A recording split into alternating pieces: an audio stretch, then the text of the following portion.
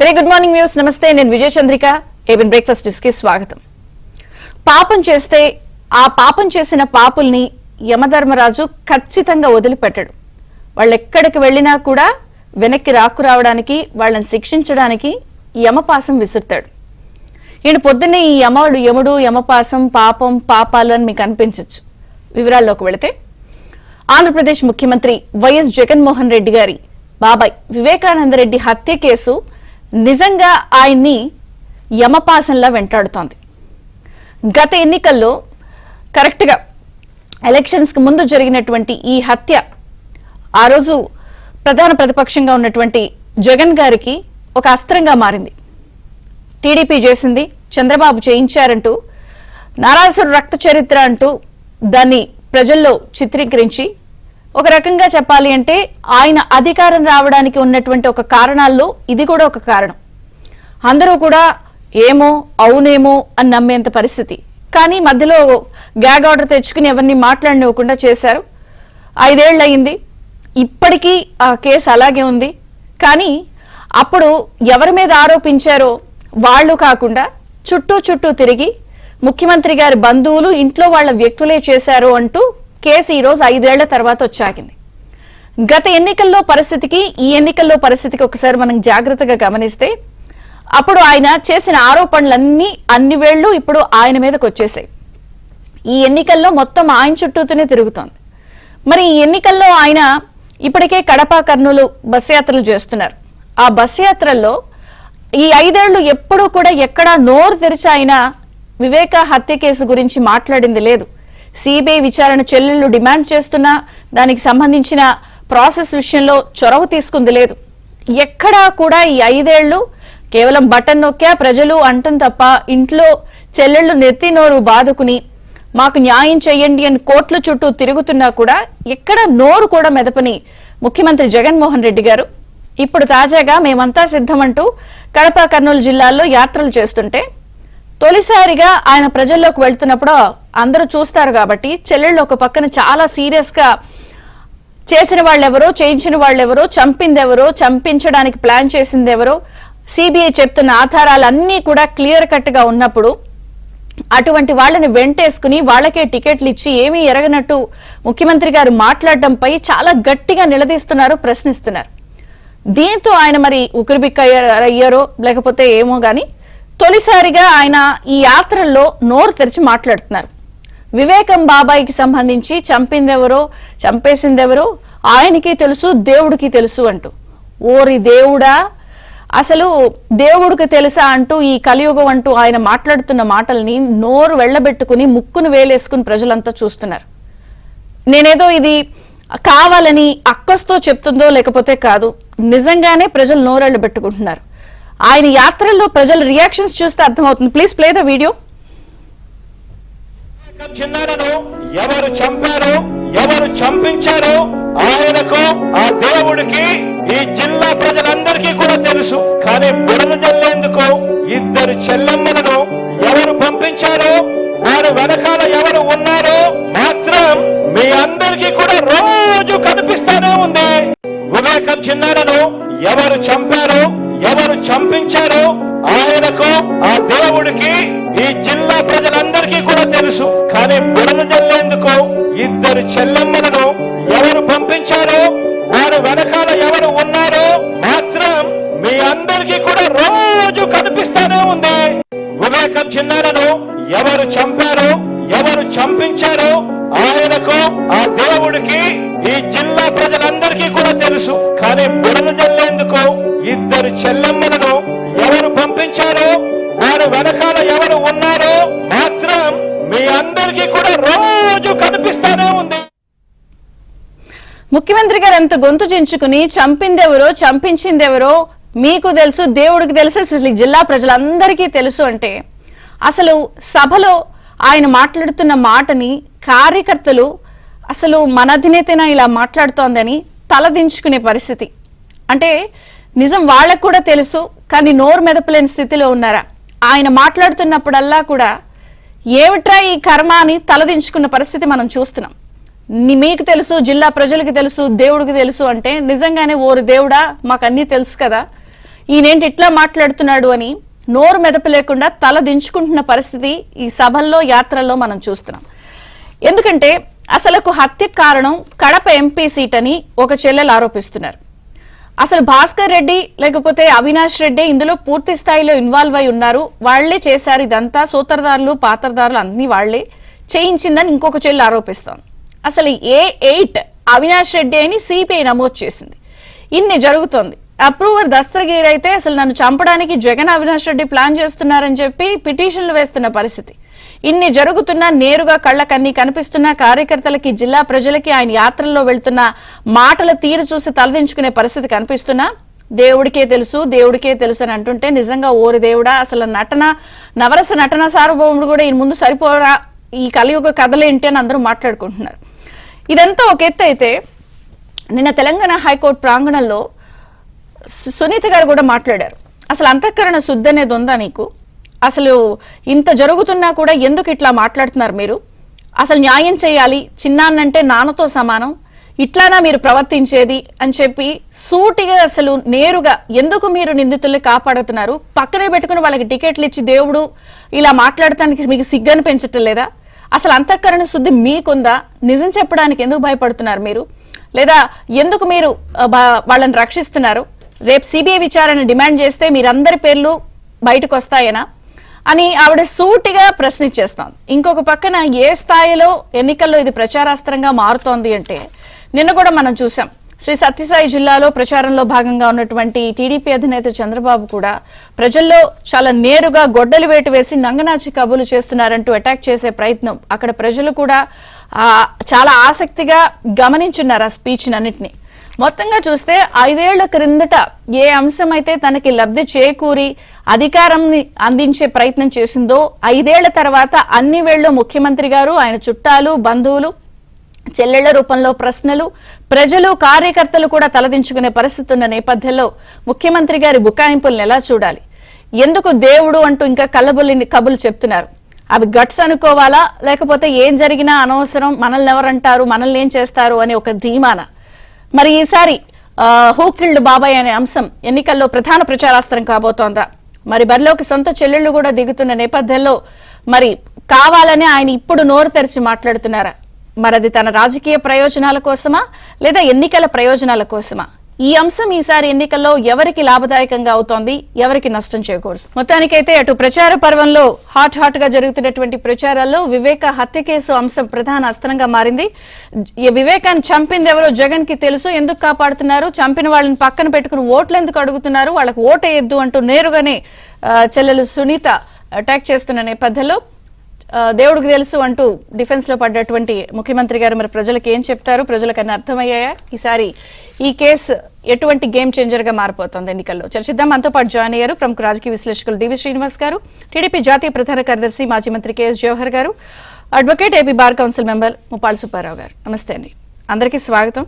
ముప్పాళ్ళ సుబ్బారావు గారు, మీతో ప్రారంభిస్తాను. సిబిఐ చాలా క్లియర్ కట్ గా వీళ్ళు చంపారు, వాళ్ళ పేర్లు చంపించింది వీళ్ళు, భాస్కర్ రెడ్డి, అవినాష్ రెడ్డి, ఇలా అన్ని లిస్ట్ చేర్చింది. కారణాలు ఇవి. ఎవరు చంపారో జగన్ గారికి క్లియర్ గా తెలుసు, వాళ్ళని పక్కన పెట్టుకుని ఓట్లు అడుగుతున్నారు. ఇన్ని అంశాలు చాలా ఓపెన్ బుక్ లా క్లియర్ గా ఉన్నా కూడా ఎందుకు కేసు తేలట్లేదు? ఒకటి మేడం గారు, ఆల్రెడీ చాలా కాలం క్రితమే సిబిఐ తన ప్రిలిమినరీ ఛార్జ్ షీట్ లో చాలా స్పష్టంగా చెప్పింది. అవినాష్ రెడ్డి, భాస్కర్ రెడ్డి, శివశంకర్ రెడ్డి పాత్రలేంటో చెప్పింది. ఇది రాజకీయ ఆధిపత్య పోరుల్లో చేసిన ఒక కుట్రపూరిత హత్య అని చెప్పింది. ఇంత చాలా స్పష్టంగా చెప్పినా, అంతేకాకుండా అవినాష్ రెడ్డి, భాస్కర్ రెడ్డి, శివశంకర్ రెడ్డి, మనోహర్ రెడ్డి లాంటి వాళ్ళు ఉదయాన్నే అక్కడికి వెళ్ళారు, అక్కడ అన్ని కడిగించేశారు, రక్త మరకల్ని కుట్లు కట్లు వేశారు, అలానే కనపడకుండా పూలతో అలంకరించారు. ఇవన్నీ కూడా చాలా స్పష్టంగా సిబిఐ తన విచారణలో వెల్లడైన అంశాలను న్యాయస్థానానికి ఇచ్చింది. రెండోది, రాజకీయ ఆధిపత్య పోరుని ఎందుకు చెప్పిందో కూడా దానికి వివరణ ఇచ్చింది. 2017వ సంవత్సరంలో వివేకానంద రెడ్డి గారిని ఓటమి పాలు చేయడానికి వీళ్ళు ఏ విధంగా పాత్ర వహించారు, ఆయన కనుక ఉంటే రాజకీయంగా ఏ విధంగా రాయలసీమలో తన ఆధిపత్యాన్ని కొనసాగిస్తారు, అంతేకాకుండా అవినాష్ రెడ్డికి ఎంపీ సీటు విషయంలో ఇవ్వవద్దు, ఇస్తే షర్మిలాకి ఇవ్వండి, లేకుంటే రాజశేఖర రెడ్డి గారి భార్యకి ఇవ్వండి, లేకపోతే నాకు ఇవ్వండి అని చెప్పేసి అని ఈయన వాదన చేసిన అంశాలని ఇవన్నీ కూడా సిబిఐ ప్రస్తావించింది విచారణలో. ఇప్పుడు నిన్న జగన్మోహన్ రెడ్డి గారు ఏమంటారంటే వివేకానంద రెడ్డి గారిని ఎవరు చంపారో తెలుసు అంటాడు. విచిత్రం ఏంటంటే అసలు నువ్వు సిబిఐ విచారణ జరపమని చెప్పేసి అని ఎన్నికల ముందు నువ్వు హైకోర్టులో రిట్ పిటిషన్ వేశావు. ఈ యొక్క అంశాలని వెలుగు చూడకుండా నిరోధించడానికి గ్యాగ్ ఆర్డర్ తెచ్చుకున్నావు. ఎన్నికలు అయిపోయిన తర్వాత సిబిఐ విచారణ అవసరం లేదని అన్నావు. అంతేకాకుండా సాక్షులను ప్రభావితం చేయడానికి కావాల్సిన అన్ని చర్యలు చేశావు. ఈ రోజున నువ్వు ఎవరైతే నీ బాబాయిని మీ చిన్నాన్నగా చెప్తూ ఉన్నారో మీ నాన్న తర్వాత మీ నాన్న లాంటి వాడు నీ చంపివేస్తే ఆ ముద్దాయిలతో వేదికెక్కి ఓట్లు ఏమని చేసి అడుగుతున్నావు.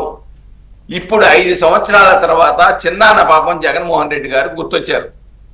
ఇప్పటి వరకు ఆయన గుర్తురాల. ఆల్రెడీ ఆయన ఏమంటాడు, మా చెల్లెల్ని నా మీదకు ఉసుకొల్పుతున్నారు అంటారు. ఎవరు ఉసుకొల్పటంలా? నువ్వే మీ చెల్లెల యొక్క నోరు మూయటానికి, అలానే సిబిఐ విచారణ సంస్థలను నోరు మూయటానికి వాళ్ళ మీద తప్పుడు కేసులు పెట్టి బెదిరిస్తూ ఉన్నావు, తప్పుడు కేసులు పెట్టావు. అలానే ఎవరైతే దస్తగిరి లాంటి వాళ్ళు ఉన్నారో అప్రూవల్ గా మారిన వాళ్ళు, వాళ్ళ మీద నీ పోలీసులను ఉపయోగించి కేసులు పెట్టేసి జైల్లో సైతం ఆయనకి శివశంకర్ రెడ్డి కొడుక్కి ఇంటర్వ్యూ ఇప్పించేసి 20 కోట్ల రూపాయలు ఆఫర్ చేసి నయానా భయానా సాక్షులను లొంగ తీసుకోవడానికి ప్రయత్నం చేస్తుంటే ఎందుకు కించెత్తు మాట మాట్లాడలేకపోతున్నాడు జగన్మోహన్ రెడ్డి? అలానే శంకరయ్య సిఐ వాళ్ళ కంట్రోల్లోకి వెళ్ళిపోయి సరిగ్గా విచారణ జరగకపోతే ఆయన మేజిస్ట్రేట్ దగ్గర నేను వాస్తవాలు చెప్తానని చెప్తాంటే అన్న తర్వాత ఆయన ఇన్ఫ్లుయెన్స్ చేసి నువ్వు అలా చెప్పనని చెప్పు, నీకు ప్రమోషన్ ఇస్తాము, అంతే కదా పోస్టింగ్ కూడా ఇస్తామని చెప్పి ఎందుకు ఇచ్చావు? ఇవన్నీ ఏ సంకేతాలు చేస్తున్నాయి? అవినాష్ రెడ్డిని అరెస్ట్ చేయడానికి సిద్ధపడినప్పుడు ఈ రాష్ట్ర పోలీసులు ఎందుకు సహకరించలేదు? ఆయన అరెస్ట్ చేస్తారంటే మీరు ఎందుకు గగ్గోలు పెట్టారు? ఇక్కడ చాలా స్పష్టం. అవినాష్ రెడ్డిని గనక అరెస్ట్ చేసి ఉంటే ఈ కేసులో ఉన్న పెద్ద తిమింగళాలన్నీ కూడా బయటకు వచ్చేసాయి. ఆయన చెప్పేస్తాడేమో, అరెస్ట్ చేస్తే వీళ్ళు ఏమి చేయలేకపోతున్నారు, నాకు రక్షణ ఇవ్వలేకపోతున్నారు కాబట్టి నేను వాస్తవాలు చెప్పేస్తానని చెప్పేస్తే ఈ పెద్ద పెద్ద తిమింగళాలన్నీ కూడా ఆ ఉచ్చులో ఇరుక్కుంటాయని చెప్పేసిన భయం నుంచి అవినాష్ రెడ్డిని అరెస్ట్ చేయకుండా, శక్తి వంచన లేకుండా జగన్మోహన్ రెడ్డి ప్రయత్నించాడనేది నిర్వివాదాంశం అండి. కాబట్టి ఇక్కడ చాలా సునీతారెడ్డి గారు చాలా స్పష్టంగా చెప్తున్నారు. సునీతారెడ్డి గారు నువ్వు బెదిరించావు కదా, నువ్వు అవినాష్ రెడ్డిని మీరు కనుక సిబిఐ విచారణలో ముద్దాయిగా పెడితే ఆయన బీజేపీ పార్టీలోకి వెళ్తారు. ఇప్పుడు నా మీద ఉన్నటువంటి 11 కేసులు ఇంకో కేసు ఎక్స్ట్రా 12 అవుద్ది, లేదంటే నిన్ను నీ భర్తను ఎందుకు అనుమానించకూడదు అని చెప్పావు కదా. మొన్నటి వరకు మీ చిన్నాన్న మీద మీ పత్రికలో ఏమి రాశారు? ఆయన క్యారెక్టర్ ని అసాసినేషన్ చేస్తూ మీరు పత్రికలో రాసి ఆయన్ని మరొకసారి చంపేశారు మీరే. ఈ రోజున ఏ ఎన్నికల్లో అయితే వివేకానంద రెడ్డి గారి మర్డర్ కేసు లేకుంటే కోడికత్తి కేసుని తీసుకొని రాజకీయ లబ్ధి పొందావు, ఆ 2 కేసులు ఈ రోజున ప్రజలు తెలుసుకున్నారు.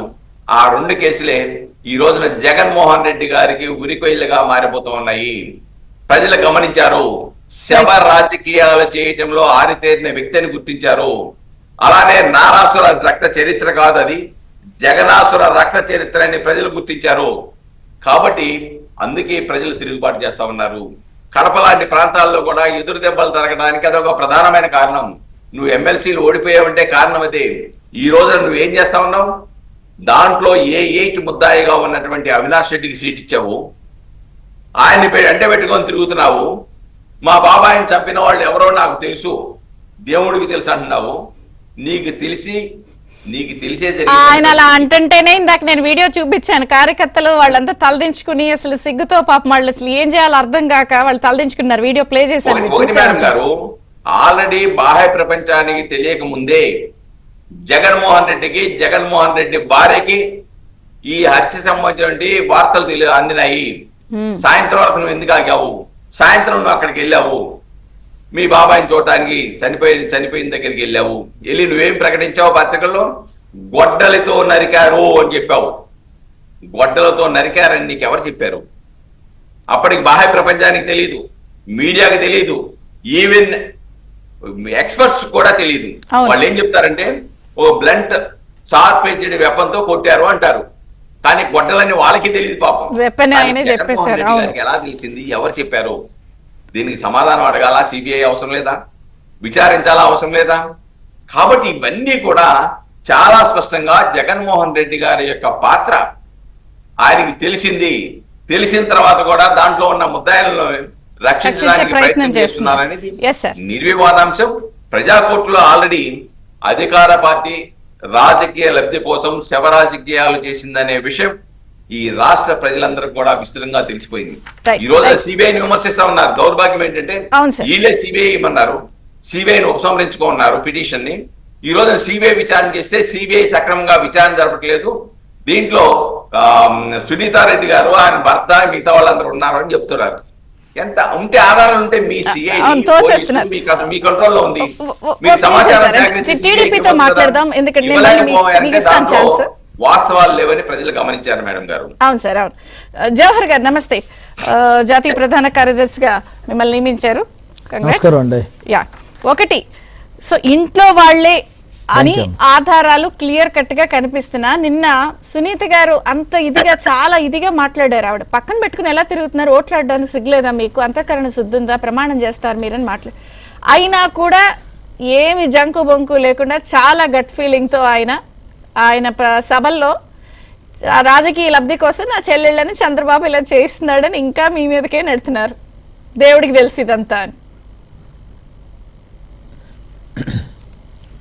ఇప్పుడు మిత్రులు సుబ్బారావు గారు, అదేవిధంగా శ్రీనివాస్ గారు, మీకు కూడా గుడ్ మార్నింగ్ అండి. ఈరోజు జగన్మోహన్ రెడ్డి వివేకం బాబాయ్ హత్య కేసుని రూపుమాపడానికి అవివేకంగా ప్రయత్నం చేస్తున్నాడని నేనైతే అనుకుంటా ఉన్నా. ఎందుకంటే వినేవాడు ఉంటే చెప్పేవాడు ఏదైనా చెప్పొచ్చు అని మనకు అనేక సందర్భాల్లో తెలిసినటువంటి పరిస్థితి. ఈరోజు జగన్మోహన్ రెడ్డి గొడ్డలి వేటు అనేది కానీ గుండెపోటు అనేది కానీ ఏ విధమైనటువంటి ఆధారాలతో సహా మనం ఏ విధంగా చూపించగలిగాం, 5 ఏళ్లలో ప్రజలు ఏ విధంగా మాట్లాడుకుంటున్నారు అనేది మర్చిపోయి అంతఃపుర రాజకీయాలు అంతఃపురం దాటి గడపలో బయటకు వచ్చాయి. ఇలాంటి సందర్భంలో జగన్మోహన్ రెడ్డి ఇంకా బుక్తాయింపు ఇలాంటి పదాలు అనేది ఆయనకు కూడా తెలుసు. ఎందుకంటే జగన్మోహన్ రెడ్డి వదిలేసిన బాణాలు రెండు కూడా ఏ విధంగా జగన్మోహన్ రెడ్డికి సరాఘాతంలాగా కుచ్చుకుంటున్నాయి అనేది మనం చూసిన సందర్భంలో జగన్మోహన్ రెడ్డి పాత్ర దానిలో పరోక్షంగా ఉందనేది కడప ప్రజలందరికీ కూడా తెలుసు. అదే కాకుండా ఆయన ఎవరైతే ప్రజలను కోరుతా ఉన్నాడో దేవుడికి తెలుసు. అంటే అసలు దేవుడు నరహత్య చేయకూడదని 10 ఆజ్ఞలు చెప్తా ఉన్న సందర్భం మనం చూడాలి. ఎందుకంటే 10 ఆజ్ఞలు చాలా స్పష్టంగా నరహత్య చేయకూడదని చెప్తుంది. ఆయన నమ్మిన బైబిలు, ఆయన నమ్మిన మతం, అదేవిధంగా వాళ్ళ కుటుంబం యావత్తు కూడా ఏదైతే ఆ మతాన్ని అనుసరిస్తారో అలాంటి మతంలోనే నరహత్య చేయకూడదని చెప్పిన సందర్భం. అదేవిధంగా అవినాష్ రెడ్డిని ఏ విధంగా కాపాడాడు, ఏ విధంగా తన కార్యకర్తలతో అడ్డుపడి సిబిఐని అదేవిధంగా ఆ వ్యవస్థల్ని ఏ విధంగా మేనేజ్ చేశాడని మనం అందరం చూస్తున్నాం. ఈ పాపంలో చాలామంది పాత్ర ఉంది. ఒక్క జగన్మోహన్ రెడ్డి లేకపోతే అంతఃపురమే కాకుండా అవినాష్ రెడ్డిని కాపాడినటువంటి వ్యవస్థ ఏదైతే ఉందో ఆ వ్యవస్థలతో కూడా ఈ పాపంలో భాగస్వామ్యం ఉంది. ఎందుకంటే ఈరోజు రక్త చరిత్ర అనేది దాని ద్వారా అధికారం చేపట్టవచ్చు అనేది ఆయన కుటుంబ నేపథ్యం చెప్తా ఉన్నటువంటి పరిస్థితి. అలాంటి పరిస్థితుల్లో జగన్మోహన్ రెడ్డి అయినా సరే కత్తి వదిలేసి చేస్తాడు అనుకున్నాం తప్ప జగన్మోహన్ రెడ్డి కూడా హత్యల ద్వారానే రాజకీయాలు చేయాలి, హత్యల ద్వారానే అధికారంలోకి రావాలనే ఒక కాన్సెప్ట్తో ఈరోజు ఉన్నటువంటి పరిస్థితుల్లో ప్రజలందరూ కూడా తెలుసుకుంటా ఉన్నారు, ప్రజలందరూ కూడా మాట్లాడుకుంటున్నారు. ఎందుకంటే దేవుడేమి ప్రత్యక్షంగా వచ్చేసి చెప్పేటటువంటి సందర్భాలు ఎక్కడా లేవు. ఎందుకంటే ఒకవేళ అంతకుముందు ఏమన్నా భక్తులు అతి భక్తులు ఉంటే ఏమన్నా వాళ్ళకి ఏమన్నా దేవుడు కనపడ్డాడో లేదో తెలియదు. కానీ ఇప్పుడు ఈ సందర్భంలో దేవుడు వచ్చి సాక్ష్యం చెప్పే పరిస్థితి లేదు. అప్రూవర్గా మారినటువంటి వ్యక్తులు ఫలానా వాళ్ళు చంపించారు, ఫలానా వాడు గొడ్డలకే ఇచ్చాడు. అదేవిధంగా ఇందాక సుబ్బారావు గారు అన్నట్టు గొడ్డలి అనేది వెపన్ పోయి గొడ్డలని ఈయన ప్రత్యక్షంగా చెప్తున్న సందర్భంలో అనేక అనుమానాలకు తావిస్తున్న సందర్భం. కేంద్రంలో ఉన్నటువంటి వ్యవస్థ కానీ రాష్ట్రంలో ఉన్న వ్యవస్థ కానీ ఏ విధంగా మేనేజ్ చేయబడ్డా 5 సంవత్సరాలుగా ఒక కేసు తేలకుండా ఒక హత్యా కేసును ఛేదించలేని పరిస్థితుల్లో భారత ప్రజాస్వామ్య వ్యవస్థలు ఉన్నాయంటేనే మనందరం కూడా సిగ్గుపడాల్సినటువంటి పరిస్థితి. ఎందుకంటే ఆ రోజు సిబిఐ ఎంక్వైరీ కావాలన్నారు, కోర్టులో వేశారు, వచ్చిన తర్వాత అక్కర్లేదన్నారు. ఇవన్నీ చూసిన సందర్భంలో ఈ వ్యవస్థల వెనుక తెరచాటు భాగవతం ఏముంది? ఆ తెరచాటు భాగవతాన్ని అందరం కూడా తెలుసుకోవాల్సినటువంటి అవసరం ఉంది. ఎందుకంటే చనిపోయినటువంటి వివేకానంద రెడ్డి గారు ఎలాగో చెప్పలేడు, దేవుడు వీళ్ళకి ప్రత్యక్షంగా చెప్పేటటువంటి సత్యలతో ఉన్నటువంటి వ్యక్తులు కాదు. మరి దీన్ని ఎవరు చెప్పాలి? చేయించినటువంటి జగన్మోహన్ రెడ్డి చెప్పాలి, చేసినటువంటి అవినాష్ రెడ్డి చెప్పాలి. అదేవిధంగా ఆ రోజు రక్తం మరకలు తొడవటం కానీ ఏదైతే ఆధారాలను నిరాధారంగా చేసేసి మొత్తం తుడిపేసినటువంటి వ్యక్తులు చెప్పాలి. అంతే తప్ప ఈరోజు దురదృష్టం ఏంటంటే సొంత బాబాయ్ క్యారెక్టర్ను కూడా అసాసినేట్ చేసి ఆయనకేదో రెండో భార్య ఉంది, ఆ రెండో భార్య ఆస్తి తగాదాలు, లేకపోతే ఇంకో తగాదాలు అనే విధంగా ఒక చిత్రీకరణ ఏదైతే చేసేసి ఒక బ్రహ్మాండమైనటువంటి సినిమాటిక్ ప్రోగ్రాం తీసుకున్నటువంటి పరిస్థితుల్లో జగన్మోహన్ రెడ్డి నిజం చెప్పాలి. మేము అడిగేది ఒకటే, తెలుగుదేశం పార్టీగా జగన్మోహన్ రెడ్డి చెప్పాలి. అదేవిధంగా అవినాష్ రెడ్డిని ఎంపీగా కడప ప్రజలు ఓడించాలి. ఎందుకంటే వాళ్ళు నిజం తెలిసినటువంటి ప్రజలు నిర్భయంగా ఓటేయగలగాలి. ఆ ఓటేసిన సందర్భంలో మాత్రమే సాధ్యమవుతుంది తప్ప ప్రజా తీర్పు అన్నిటికన్నా గొప్ప తీర్పు. దేవుడి తీర్పు కన్నా కూడా ప్రజా తీర్పు చాలా గొప్ప తీర్పు. ఈరోజు ప్రజా తీర్పు ప్రజలందరూ కూడా వివేకానంద రెడ్డి గారిని ఎవరు చంపారు, చంపినటువంటి వ్యక్తులకి, ప్రోత్సహించినటువంటి వ్యక్తులకి, కారణభూతులైన వ్యక్తులకి వీళ్ళందరూ ఓట్లు వేసి గెలిపిస్తారా? లేదు ప్రజాస్వామ్యం బతికించడం కోసం అవినాష్ రెడ్డి గారికి వ్యతిరేకంగా నిలబడినటువంటి వ్యక్తులకు ఓటేసి గెలిపిస్తే కడపలో కూడా ప్రజలు మాట్లాడతారు, కడపలో కూడా ప్రజలు ప్రజాస్వామ్యాన్ని నమ్ముతారు, కడపలో కూడా ప్రజలు నిజాలు చెప్పగలుగుతారు, కడపలో కూడా ప్రజలు ఏదైనా సరే నిర్భయంగా చెప్తారనేది కడప ప్రజలు కూడా ఈరోజు తేల్చుకోవాల్సినటువంటి అవసరం ఉంది.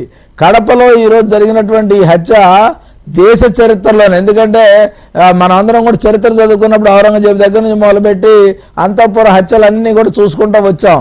ఎందుకంటే అలాంటి హత్యల్లో ఈ హత్య కూడా దానిలో చరిత్రలో నిలిచిపోయేటటువంటి హత్య. ఎందుకంటే నిన్న వాళ్ళ చెల్లి సునీతమ్మ గారు మాట్లాడింది ఏం తప్పు కాదు. అంతఃకరణ శుద్ధి ఎవరికి ఉండాలి? సునీత వివేకాన్ని ఎవరు చంపారు అసలు జగన్ కి తెలుసు. భాస్కర్ రెడ్డి అవినాష్ చంపించారని హంతకుడే చెప్తున్నాడు, అయినా కూడా దేవుడికి తెలుసు అంటున్నారు. ఇంకా ఏదో మబ్బి పెట్టి వాళ్ళని మీరు కూడా మాయ చేస్తున్నారని మీ మీదకే నెడుతున్నారు. రాజకీయ లబ్ధి అని చెప్పి ప్రజల్లోకి తీసుకెళ్తున్నారు పాయింట్ ని. అసలు మీ పార్టీలో లేరే వాళ్ళు రాజకీయ లబ్ధి ఇవ్వడానికి. ఇప్పుడు అలా కాదమ్మా, ఇప్పుడు సునీతమ్మ ఎవరు, షర్మిలమ్మ ఎవరు? షర్మిల గారు సోయాన జగన్మోహన్ రెడ్డి గారు చెల్లెలు. అన్న జైల్లో ఉన్నప్పుడు దాదాపుగా ఆమె ఎన్ని కిలోమీటర్లు నడిచిందో మనం అందరం చూసాం. ఆమె ఏ విధంగా అన్న వదిలిన బాణానని చెప్పుకొని అన్న అధికారంలోకి వచ్చిన తర్వాత అన్న దగ్గర నుంచి కనీసం ఆస్తి తగులు కూడా తేల్చుకోలేని పరిస్థితుల్లో ఒక ముఖ్యమంత్రి తన తోబుట్టి యొక్క పరిస్థితి కూడా తేల్చకుండా ఉన్నటువంటి పరిస్థితుల్లో ఆమె వేరే పార్టీకే వెళ్ళిపోయింది. విజయమ్మ గారిని తీసేస్తే, రాష్ట్ర ఏదైతే అధ్యక్ష పదవి నుంచి తీసేస్తే ఆమె పరిస్థితి ఏంటో మనకు తెలుసు. ఈరోజు సునీతమ్మ కూడా చాలా స్పష్టంగా చెప్తుంది, అంతఃకరణ శుద్ధి అనేది అంతరాత్మ ప్రబోధం కానీ అంతఃకరణ శుద్ధి కానీ ఈ పదాలు ఆమె తెలుగు చక్కగా వచ్చే మాట్లాడింది తప్ప ఎవరో మాట్లాడిస్తే మాట్లాడింది కాదు. ఈరోజు వాళ్ళిద్దరు కూడా అధికారంలో వాళ్ళు ఎప్పుడైనా మాతో కూర్చున్నారా, వాళ్ళు మాతో ఎప్పుడైనా మాట్లాడారా, వాళ్ళ దగ్గర ఏమైనా ఫోన్ రికార్డ్ ఏమైనా ఉందా, లేదంటే వాళ్ళకి మాకు సంభాషణ జరిగినటువంటి రికార్డింగ్ ఏమైనా ఉన్నాయా? ప్రజలకు ఏది చెప్పినా నమ్మడానికి ఏంటంటే ఏదో సామెత ఉంది, వినేవాడు ఉంటే అరవలో కూడా అరికథ చెప్పొచ్చు అని. ఇక్కడ జగన్మోహన్ రెడ్డి అదృష్టమో దురదృష్టమో ఆయన ఏది చెప్తే అది జనం నమ్ముతున్నారని అనుకుంటున్నాడు. కానీ జనాన్ని నేను వివేకం కలిగినటువంటి కడప ప్రజలని ఇందాక కూడా చెప్పాను నేను, ఈరోజు అన్నా చెల్లెళ్ళకి సంబంధించినటువంటి తగు కాదు ఇది. ఈ రాష్ట్రంలో జరిగినటువంటి హత్య, ఎందుకంటే ఒక ఎంపీగా, ఒక ఎమ్మెల్సీగా, ఒక ఎమ్మెల్యేగా ఉన్నటువంటి ఒక ప్రముఖ ముఖ్యమంత్రిగా ఉన్నటువంటి కుటుంబంలో జరిగినటువంటి అంతఃపుర హత్య. ఈ హత్య కేసును ఛేదించకపోతే ఎవరు చేయాలి? దీన్ని ఏం చేయాలి? ఎవరు చెప్పాలి? దేవుడు జరిగినా కూడా ఓ విజయసాయి రెడ్డి గారో లేదా సజ్జల గారో వీళ్ళు వచ్చి ప్రెస్ అడ్రస్ చేశారు, ఎప్పుడు మాట్లాడలా. కానీ ఇప్పుడు ప్రజల్లోకి వెళ్ళిన తర్వాత స్పీచ్ అంతా కూడా దీని మీదే వెళ్తున్నారు అంటే ఏంటి? మళ్ళీ ఎలా చూడాలి దీన్ని? దీని చుట్టే రాజకీయం నడుస్తూ ఉంది. హత్య ఆ రోజులో హత్యోదంతంతో ఆ రోజు తెలుగుదేశం చేసింది నారాసుర రక్త చరిత్ర అని పెద్ద బ్యానర్ ఐటమ్ చేసి దానివల్ల బెనిఫిట్ పొందారు. దానివల్ల మళ్ళీ మధ్యలో జరిగినటువంటి ఇబ్బందులన్నీ చూసిన తర్వాత ఆ నేరాన్ని నెపంగా మా మీద నెట్టేసి మళ్ళీ రాజకీయ లబ్ధి కోసం ప్రయత్నం తప్ప ఇది పూర్తిగా చిత్తశుద్ధితో చేసేది కాదు. సొంత బాబాయ్ అయినా రేపు ఆయన ఇంట్లో ఇంకెవరు హత్య జరిగినా రాజకీయ లబ్ధి కోసం వాడుకుంటాడు తప్ప ఈ ఎవరి కోసం కాదనేది స్పష్టమవుతా ఉంది. ఈ సందర్భంలో మేము ఒకటే చెప్తా ఉన్నాం, సునీత గారికి కానీ షర్మిల గారికి కానీ మాకు ఎటువంటి సంబంధం లేదు. నీ రక్త సంబంధికులు వాళ్ళు నీ మీద ఎందుకు ఎక్కువ పెట్టారు బాణాలు, వాళ్ళు నీ మీద ఎందుకు ఆ విధంగా మాట్లాడుతున్నారు, అక్కడ జరిగినటువంటి వాస్తవాలు ఏంటనేది జగన్మోహన్ రెడ్డికి అదేవిధంగా వాళ్ళకే తెలుసు. ఎందుకంటే దేవుడు అన్న వివేకానంద రెడ్డి గారికి తెలిసే కాదు, వాళ్ళు వచ్చి చెప్పే కాదు. ఖచ్చితంగా జగన్మోహన్ రెడ్డి గారి భార్యకి అదేవిధంగా వాళ్ళ అక్క చెల్లెళ్ళు ఇద్దరికి కూడా తెలుసు. ఈరోజు ఎన్నింటికి ఫోన్ వచ్చింది, తెల్లవారుదాం 4ంటికి వాళ్ళకి ఎందుకు ఫోన్ వచ్చింది మర్డర్ జరిగినప్పుడు? ఆ జరిగిన సందర్భంలో జరిగినటువంటి కాల్ రికార్డ్స్ ఏంటి, ఏదైతే సిబిఐ ఆరోపిస్తున్నటువంటి కానీ సిబిఐ చూపిస్తున్నటువంటి సాక్ష్యాల్లో ఏముంది? ఈరోజు ప్రజలందరూ కూడా అర్థం చేసుకుంటా ఉన్నారు. ఖచ్చితంగా బొమ్మాటికి ఇది జగన్మోహన్ రెడ్డి చేయించిన హత్యే. అవినాష్ రెడ్డి ఎంపీ చేయడం కోసమో లేకపోతే కుటుంబంలో ఉన్నటువంటి ఆస్తుల తగాదాలు అవన్నీ ఆయన కుటుంబంలోయే. ఎవరు బయట వాళ్ళు మేము చెప్తే చేస్తారా? ఈరోజు విజయమ్మ గారికి కానీ లేకపోతే షర్మిల గారికి కానీ భారతి గారికి కానీ నేను మాట చెప్తా, వింటారేమో అడగండి. లేదంటే నేనే ఇంటికి వెళ్ళి చెప్పొస్తా, ఒకసారి అపాయింట్మెంట్ ఇప్పించండి, అమ్మ మీరు అలాగది ఎలా చెప్పండి అని చెప్తున్నారు. శ్రీనివాస్ గారు నమస్తే, బ్రేక్ఫాస్ట్ న్యూస్ కి స్వాగతం. నమస్తే. ఒక హత్య గత ఎన్నికల్లో గెలుపోటముల్ని శాసించేసింది. నేరుగా ముఖ్యమంత్రి గారి బాబాయ్ ఇలా అవ్వడంతో ఆయనకి అది గెలుపుని కూర్చోబెట్టింది. ఈరోజు 5 ఏళ్ల తర్వాత నా తెలీదు దేవుడికి తెలుసు అని ఒక పక్కన, చెల్లెళ్ళేమో ఇంకో పక్కన నీకు తెలుసు, చంపినోళ్ళు కూడా నీ పక్కనే ఉన్నారు, నువ్వు వాళ్ళకి టికెట్లు ఇచ్చి ఓట్లు అడుగుతున్నావు, సిగ్గులేదా? ఇది ఎవరికి ప్లస్ అవుతుంది? ఈసారి ఎలక్షన్లో ఎవరికి మైనస్ అవుతుంది? ముందుగా మీకు ప్యానల్ మిత్రులకు ఏబిఎన్ వీక్షకులకు అందరికీ గుడ్ ఫ్రైడే శుభాకాంక్షలు. ఏంటంటే ఇది పాపం నుంచి విముక్తం పొందే రోజు గుడ్ ఫ్రైడే. వైసీపీ కూడా ఈ పాపాల నుంచి విముక్తం పొందాలా, ఆంధ్రప్రదేశ్ పాపరహితంగా మారాలని మనం పిత పుత్ర పవిత్రాత్మన ఆమీన్ అందామా. ఎందుకంటే ఇవాళ ఈ హత్య కేసు ఇంకా రేపటి ఎన్నికలను కూడా ఇది ప్రభావితం చేయటం అనేది దురదృష్టకరం. దీనికి ఈ వైఫల్యం ఎవరిది? 1848 రోజులుగా ఈ హత్య కేసుని డ్రాగ్ ఆన్ చేస్తోంది ఎవరు? ఇప్పుడు హంతకులకు మద్దతు ఇస్తోంది ఎవరు? నిన్న ఆయన మాట్లాడినటువంటి మాటల్లో జగన్మోహన్ రెడ్డి హంతకులకు మద్దతు ఇస్తోంది తెలుగుదేశం పార్టీయా వైఎస్ఆర్ కాంగ్రెస్ పార్టీనా? హత్య ఎప్పుడు జరిగింది? అసలు ఇది రాజకీయ హత్య అవునా కాదా? ఇప్పుడు షెడ్యూల్ ప్రకటన తర్వాత జరిగిన హత్య. గత ఎన్నికల్లో షెడ్యూల్ ఎప్పుడు ప్రకటించారు? మార్చి 10న షెడ్యూల్ ప్రకటిస్తే మార్చి 14 రాత్రి హత్య జరిగింది. షెడ్యూల్ ప్రకటన తర్వాత జరిగినటువంటి హత్య ఏ విధంగా ఆపద్ధర్మ ముఖ్యమంత్రి చంద్రబాబుకి దాంట్లో సంబంధం ఉంటుంది? దాని దర్యాప్తు వైఫల్యం ఆయనకి ఎలా అంటగడతారు? ఇప్పుడు ఆయన ఆపద్ధర్మ ముఖ్యమంత్రిగా 75 రోజులు ఉన్నారు, 2 నెలల 15 రోజులు ఉన్నాయింది. ఆయన వైఫల్యమా? లేదు 1800 రోజులుగా ముఖ్యమంత్రిగా ఉన్నటువంటి డ్రాగ్ ఆన్ చేస్తున్నటువంటి జగన్మోహన్ రెడ్డిది వైఫల్యమా? ప్రజల ముందు ఉన్నటువంటి ప్రశ్న. దీనికి తెలుగుదేశానికి సంబంధం ఏంటి? ఇవాళ అరెస్ట్ అయినటువంటి 7 లేదు, అరెస్టుగా టెక్నికల్గా చూపించినటువంటి ఆ 8 ఆయన ఎవరు? అవినాష్ రెడ్డి. ఈ 8 మందిలో ఎవరైనా తెలుగుదేశం వాళ్ళు ఉన్నారా? నిజంగా తెలుగుదేశం దీనిలో ఇన్వాల్వ్ అయినట్టయితే తెలుగుదేశం వాళ్ళనే అరెస్ట్ చేసేవాళ్ళు. సిబిఐ ఎందుకని ఇంతవరకు జగన్మోహన్ రెడ్డిని విచారించలేదు?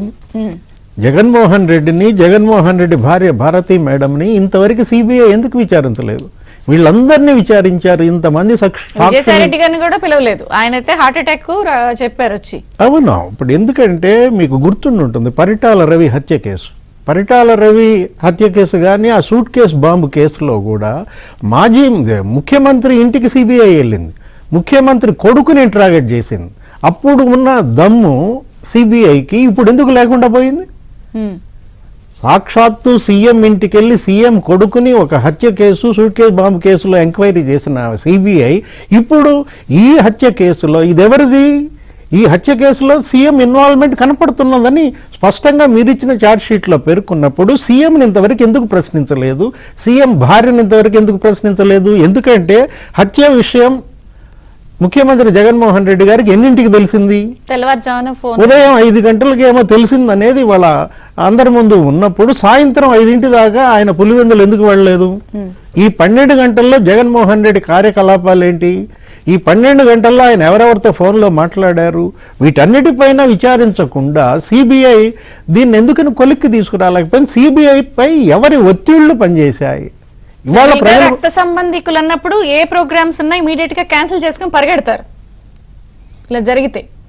అసలు ఎంత ధైర్యంగా హంతకుడిని పక్కన పెట్టుకుని ఆయన ఈ విధమైనటువంటి మాటలు మాట్లాడుతున్నారంటే, అంటే ఇప్పుడు కూడా వివేకానంద రెడ్డి హత్యని అడ్డం పెట్టుకుని మళ్ళా ఆయన అధికారంలోకి రావాలని చూస్తున్నారంటే, ఈ హత్యను మళ్ళా ప్రత్యర్థులపై నెట్టడానికి చూస్తున్నారంటే ఇక్కడ తప్పు జగన్మోహన్ రెడ్డిదా ప్రజలదా?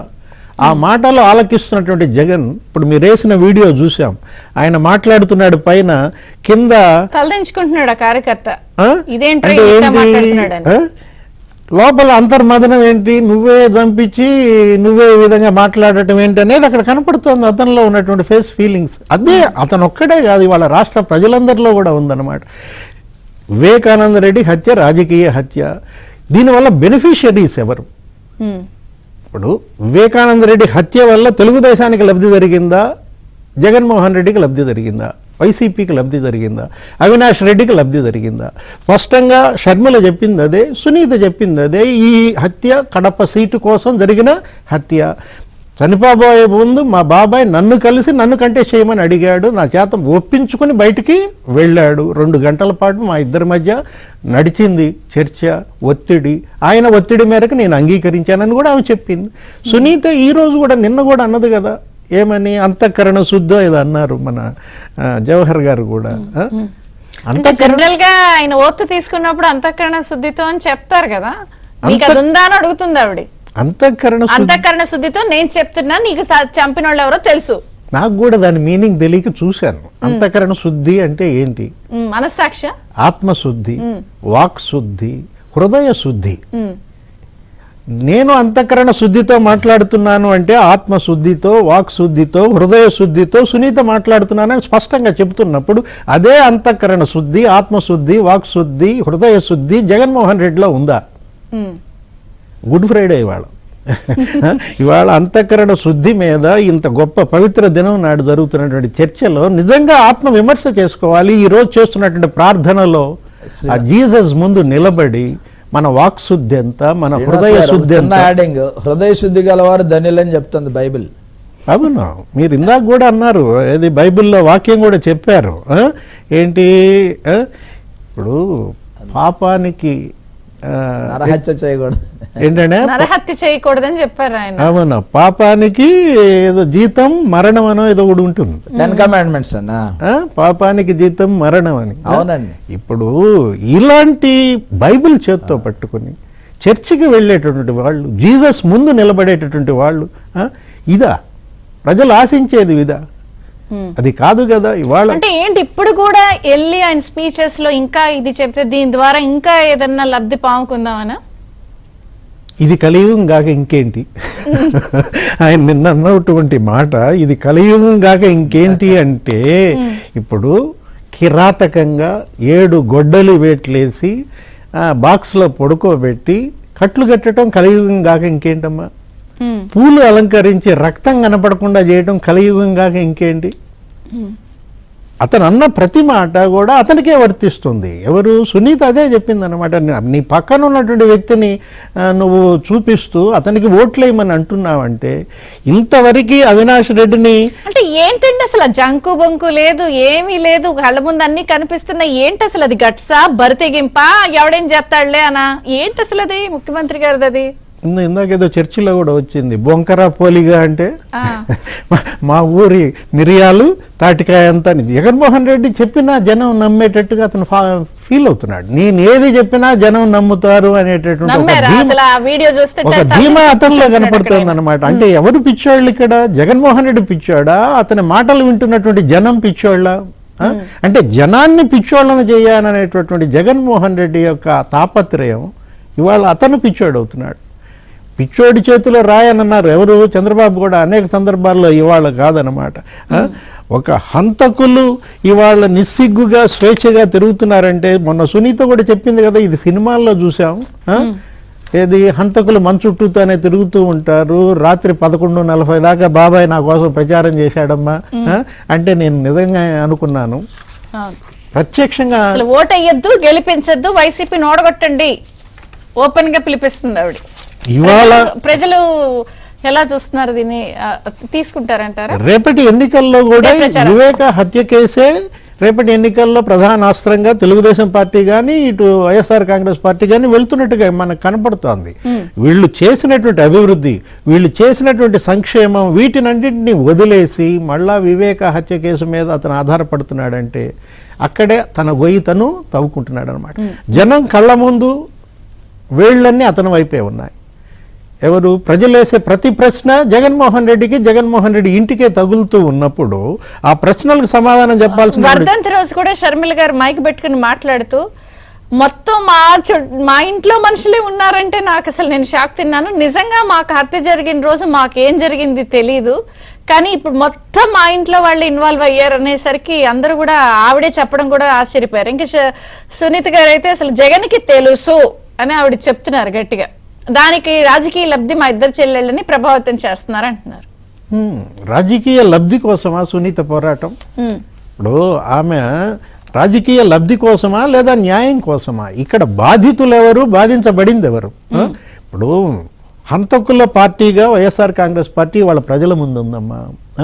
ఏది హత్యలకు కేర్ ఆఫ్ అడ్రస్గా వైఎస్ఆర్ కాంగ్రెస్ పార్టీ వాళ్ళ ప్రజల ముందు ఉంది.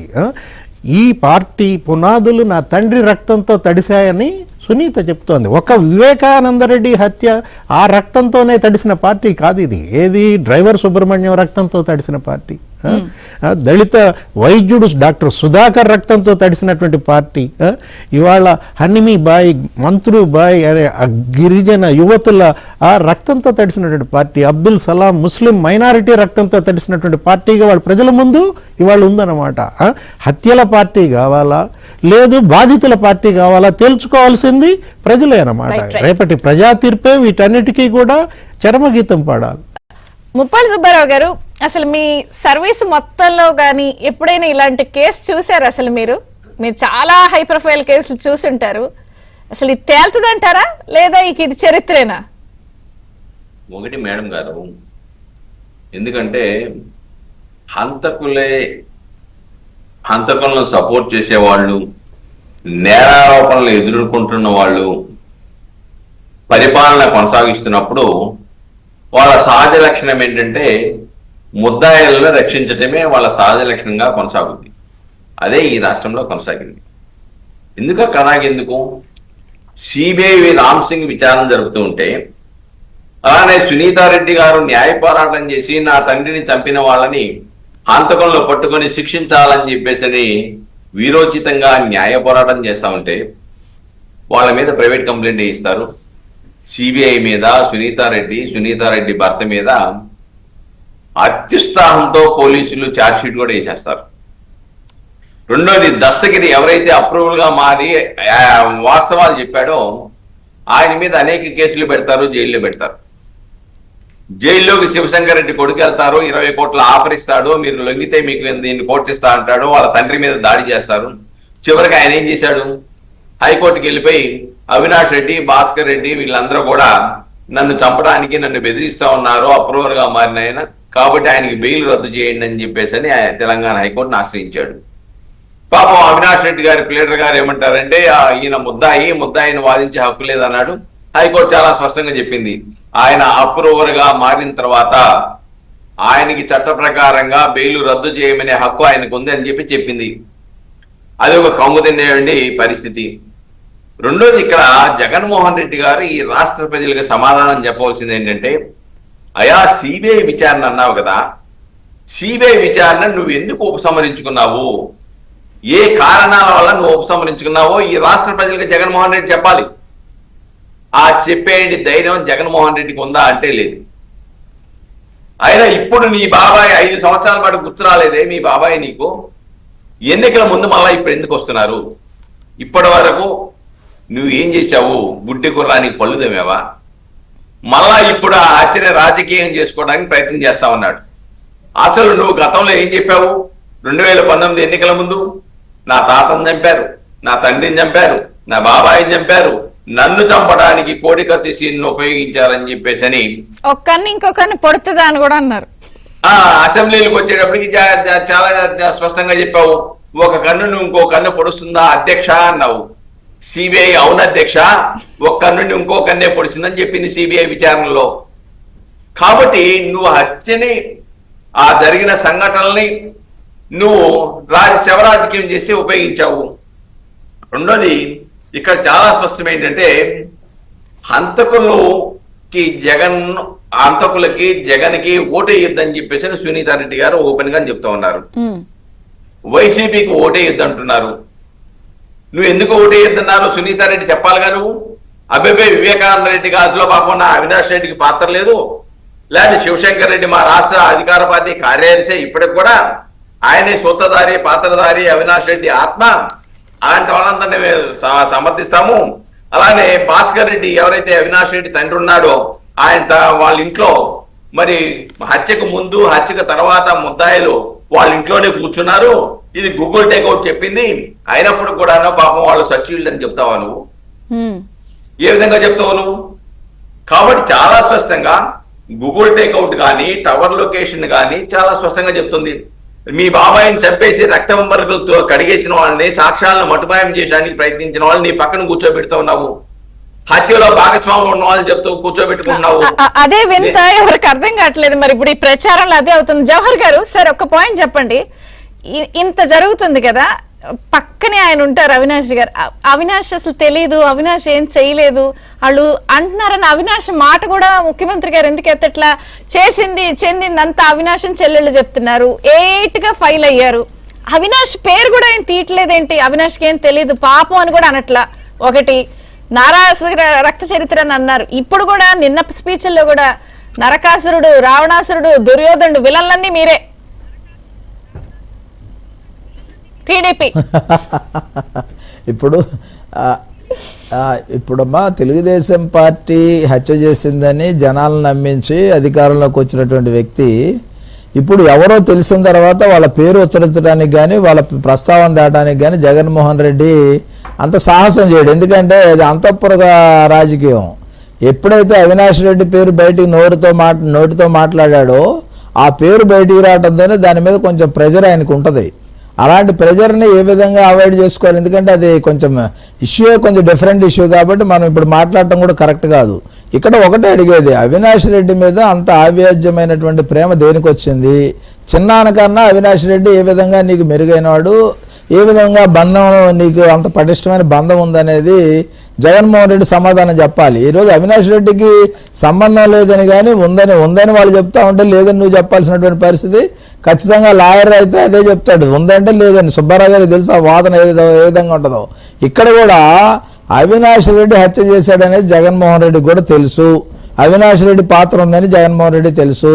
అదేవిధంగా శివశంకర్ రెడ్డికి కానీ మిగతా వాళ్ళకి కానీ ఈ పాత్రలు గొడ్డలు ఎక్కడ కొన్నారో ఎక్కడ దాచారు ఇవన్నీ కూడా తెలిసిన వాటి గురించి వాళ్ళు ప్రస్తావన తీసుకొస్తే నిజాలు ఎక్కడ బయటపడతాయని జగన్మోహన్ రెడ్డి ఆ పేరు ప్రస్తావన తీసుకురావట్లేదు.